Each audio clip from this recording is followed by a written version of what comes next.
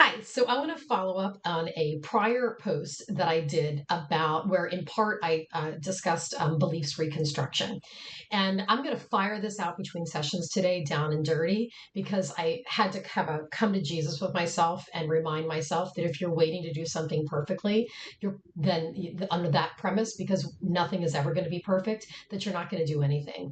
So let that be a subtext message my preamble that I start with today, that just do what you want to do, put stuff out there, follow your passion, do what you want to do, and don't wait for it to be perfect, because if you're waiting for something to be perfect, then you're never going to do the things. So, on that premise, here's my real quick down and dirty with very little preparation video. So, if I stumble all over myself, forgive me and let that be the subtext of and maybe the more important message here. So, again, following up on a prior video that I posted about beliefs reconstruction. And I wanted to just give you some more detail about what the real time work of beliefs reconstruction looks like.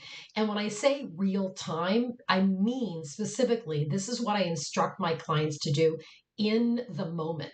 When you are encountering an emotional state or a behavioral state that you qualify as negative, something that is just not adaptive to the present moment. It's dysfunctional, and it can either be emotional or behavioral. Like behavioral being the inclination to engage in some impulsive behavior. Maybe it's drinking. Maybe it's, oh my, I just got to go smoke. I gotta go take a smoke break. Maybe it's procrastination, the lack of motivation. Of course, emotional is going to be, there's malaise. All of a sudden I find myself in a funk. All of a sudden I'm feeling sad. I'm feeling this gloom. I'm feeling this, kind of sense of doom or dread or anxious, whatever it is. I tell my clients, I instruct my clients, here is the work. Pause. Just take a pause. If you can close your eyes, sit in kind of a meditative stance, close your eyes and go in internal dialogue. If you can't close your eyes, if you're driving a car, you can do this while you're driving a car, but you're just going to say and invoke your name. Say, okay, I'm going to tap into this feeling state. I'm going to really find that feeling state in my body. And I'm going to just, and really just go into that place, that dark place, whatever that is. Or if it's procrastination, I'm just going to sit with that uncomfortable feeling that I have in myself that feels like the lack of motivation, procrastination. Just trust me, just try it. There is always a bodily sense under just about everything. You can always, but you can almost always find it with practice. And ask yourself, what am I telling myself is true?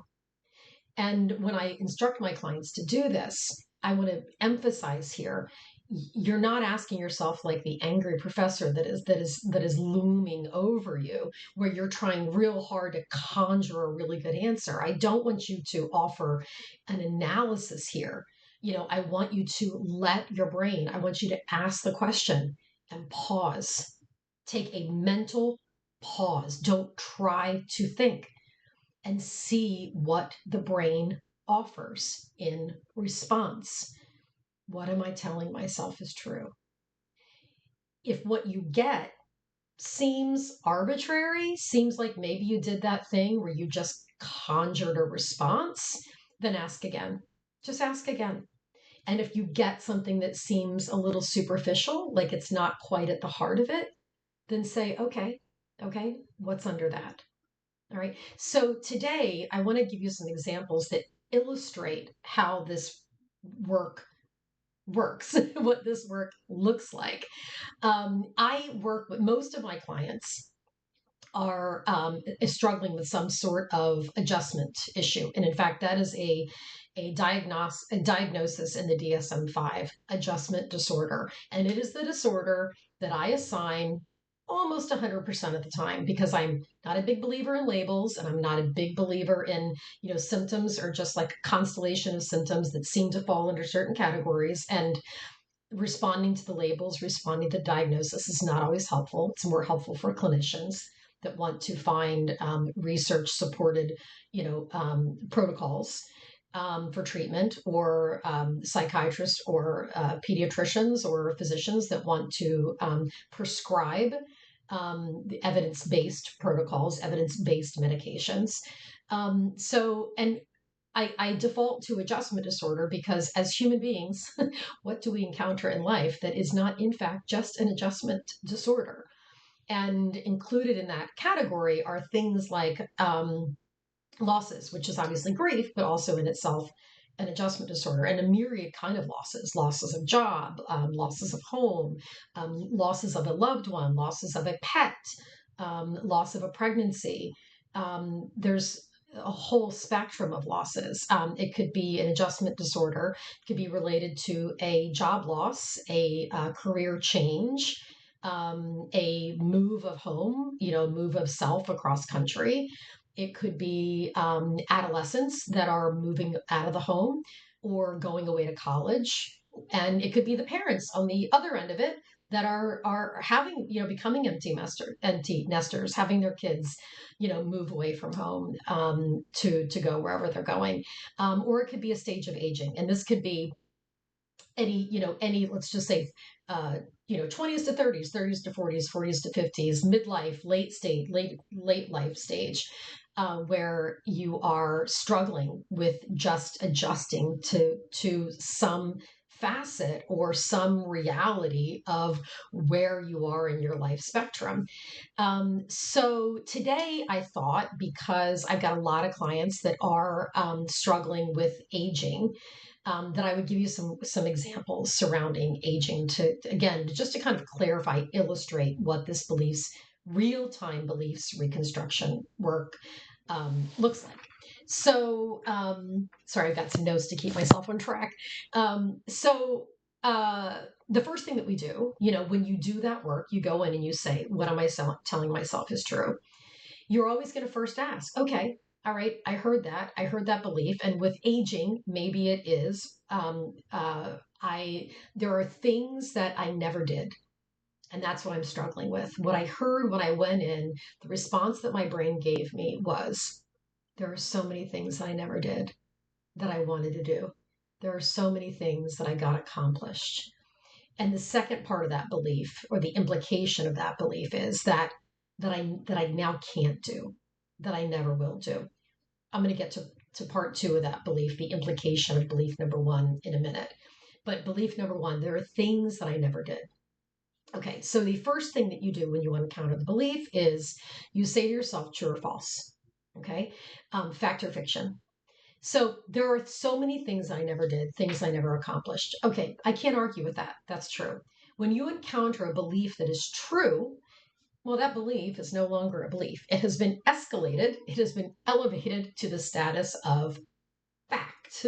We are no longer in the land of beliefs. We are in the land of facts. Okay. So if you uncover a belief that is false, and because you do, and what I suggest you do first is to determine whether it's true or false, you have to say, okay, let me examine the evidence. Let me examine the evidence. Let me do an audit of the evidence to see if that belief that is causing me malaise and melancholy or procrastination or whatever it is, if that is true or false. And if you uncover evidence that makes that belief false, that premise false, then lean into the evidence.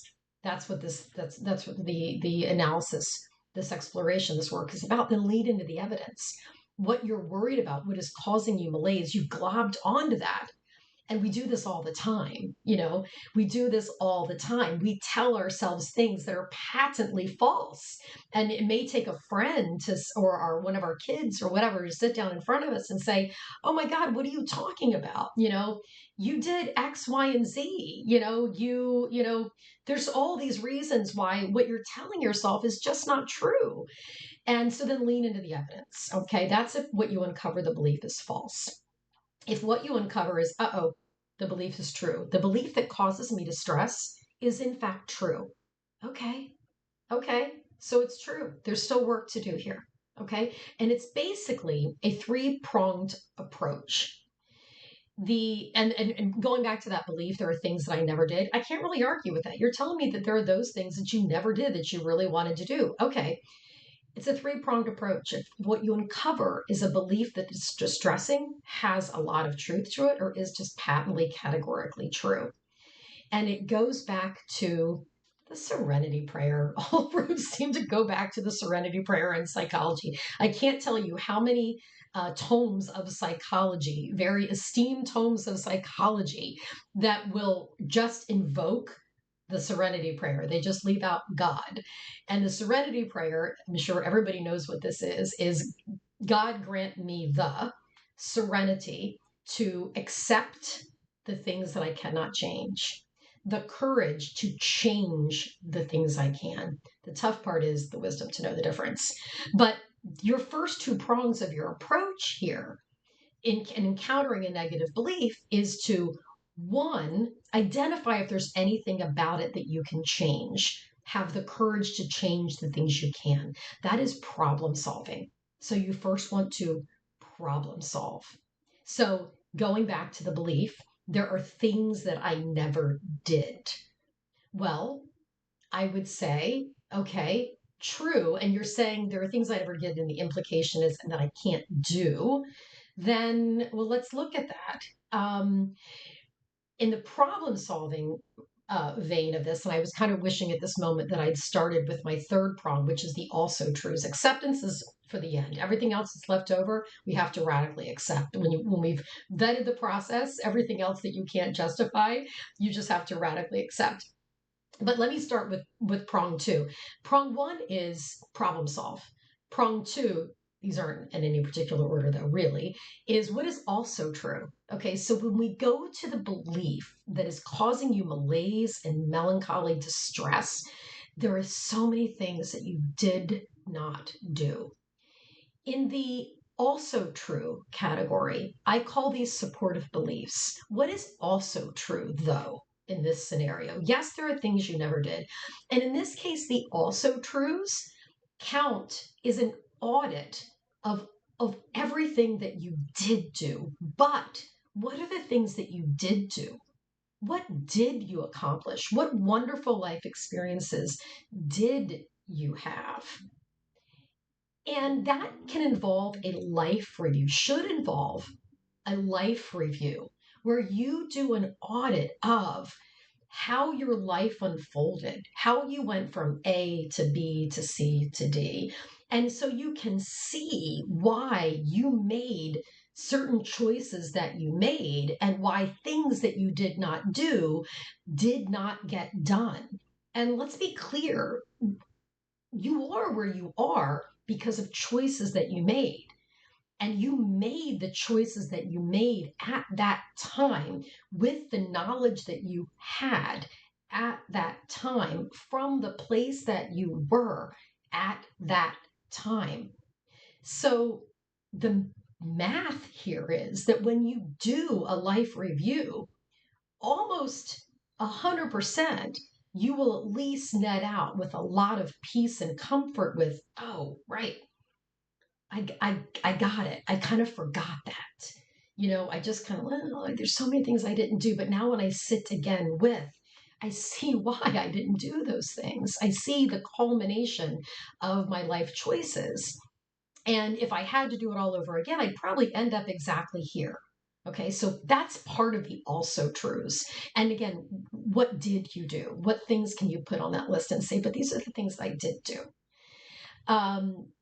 The other piece of that is, problem solving. So the implication of that belief is, and that I will never do, and that I can't ever do. Well, that part of the sentence may not be entirely true, right? There may be some things like if a friend or your daughter or your granddaughter or grandson sat in front of you and said, come on, Graham, you can still do these things, yeah, you might have to problem solve this a little bit. You may have to do these things a little bit differently. Maybe you're not going to backpack around Europe, but you could probably still do the Euro rail, which is generally how anybody would backpack around Europe. Or you could do a bus tour, which would, be a much more safe option and a bus tour that is for people in your age bracket. Like there are versions of these things, at least, that maybe you could still do. A modification of those things that you are feeling some regret over. You wanted to maybe try your hand at acting and you never did. Well, there's multiple community theaters. There's so many options, write your own thing, do your own thing. So are there modified versions? You might say, oh, I always kind of dreamt I was such a painter when I was young, and I always thought I might become an artist. Okay. Grandma Moses was 78 when she started painting. She became famous while she was still alive in her 50s.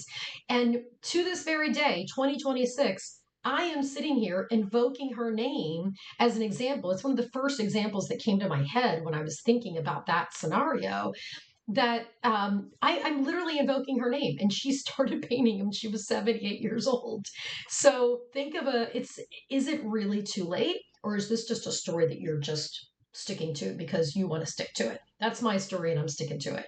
So, it begs for those things to be challenged. Okay. Another example of a belief, just to give you one more, is I'm so much more vulnerable at this age than I was before. Okay, again, we're at a true. We're at a true. Of course you are. But define what you mean by vulnerable. Don't just throw it out there as a vague, big, ambiguous thing that not teased out and not broken down just looms large and is very scary. Really break down what you mean by vulnerable. And then again, we come back to problem solve, what is also true. And those things are not necessarily mutually exclusive categories. You could say, well, so I had a client that told me she was going to visit a friend, and it was just like a car trip that maybe would have taken a half an hour or so, and she didn't go. And she said, I've never done that before, but I felt too vulnerable. And I canceled the trip. And I said, I just don't think I can do it today. I had some fear. And I said, well, what scenarios were you thinking about when you were thinking of vulnerable? Like, define vulnerability to me. What did that mean to you? And she said, well, I don't know. Maybe I would have a flat tire. And I said, okay, so what? What if you had a flat tire? Do you have a cell phone? Yes.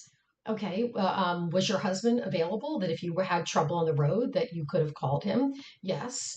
Is he capable? And if not, was somebody else that you could have called capable of coming to get you? Yes. Problem solving. If you don't have AAA, could you get AAA to prevent this kind of thing in the future so you could do this road trip next time? Yes. So problem solving, what is also true, you have means. What is also true, you have resources. What is also true is, you've got the resources to maybe take an Uber in your more vulnerable place. So just breaking that down, and then, again, the pieces that kind of remain are in the domain of radical acceptance. We may get to a point where, and one of the things, we have to radically accept all the basic existential truths of life. And one of the most catastrophic, one of the most obvious existential truths of life is death, right? And I've got 20 somethings that are, once their prefrontal lobes are fully developed, all of a sudden you break out at 25 and you realize, oh my God, I'm not invincible. And I'm not telling myself I'm invincible anymore. All of a sudden my brain is starting to wrap around really scary consequences of my behavior. No more jumping on trains, no more train jumping. So, when there are things that we just have to accept that are existential truths, or any of these things that are okay, true, and we've problem solved our way as much as we could, and everything else we're in a position of accepting. And in psychology, it's called radical acceptance. Um, uh, lost my train of thought. But it's kind of like a leap of faith. Leaps of faith are, I'm just taking a leap of faith. I have got no good reason for the leap of faith. There is no rationale that will support my leap of faith. That's what a leap of faith is. And radical acceptance is like a version of a leap of faith. It's because something just is, and we can't rationalize our way out of it. There are no more questions to be asked. It's kind of like the parent invoking the big because. Why can't I do this or that? Why is this or that? Just because. Just because. So again, your approach is when you've uncovered a belief under a state of being or an emotional state that is causing distress, that is negative, is dysfunctional, All things have to get air quotes because it's all a matter of perspective. Perspective is another thing. Perspective taking, that comes in with the also truths. This is your course of action. You problem solve. You identify what is also true, but what are other supporting beliefs that give you comfort? We're all going to die someday. That is true. We have to radically accept that, but we can also say what is also true. What is also true? We're all in the same boat. None of us are special enough that we are exempt from that reality. And there is comfort in that. That's universality. Misery loves company. So, what is also true? So, problem solve what is also true, and radically accept. There's a place of just surrender as a human that we just have to surrender. And I'm going to throw one last thing in there. There is always, always, always, always, always a place for gratitude. In whatever your reality is, there is always a place to find some gratitude. At least, maybe it's this, and I'm literally just coming up with this on the fly. Maybe it's at least that I get to have this problem. I get to have this problem. I am in I'm invoking my clients, like you might be, I am in my 70s. I am approaching 80, and there are so many things that I can't do. And I'm waiting for the next thing to befall me, the next illness. These are other beliefs that may be troubling, right? But I say, oh, wow, you get to worry about what it's like to be 80. You get to have this problem that you're struggling with.